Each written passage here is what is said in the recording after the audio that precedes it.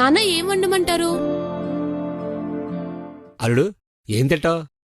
మళ్ళీ అస్థికులో పిండా కూడా వండుతుంది. నాకంత ధైర్యం లేదు, బయటికెళ్ళి తింటాను. అస్థికులా? అదేం కూర? మొన్న బెండకాయ ఫ్రై మాడిపోయింది నాన్న, దాన్నే కామెంట్ చేస్తున్నాడు. తప్పులా నాకు జరగ వేడి ప్రసాద్, ఒక్కోసారి కూర మాడిపోతుంది, దానికేంటి?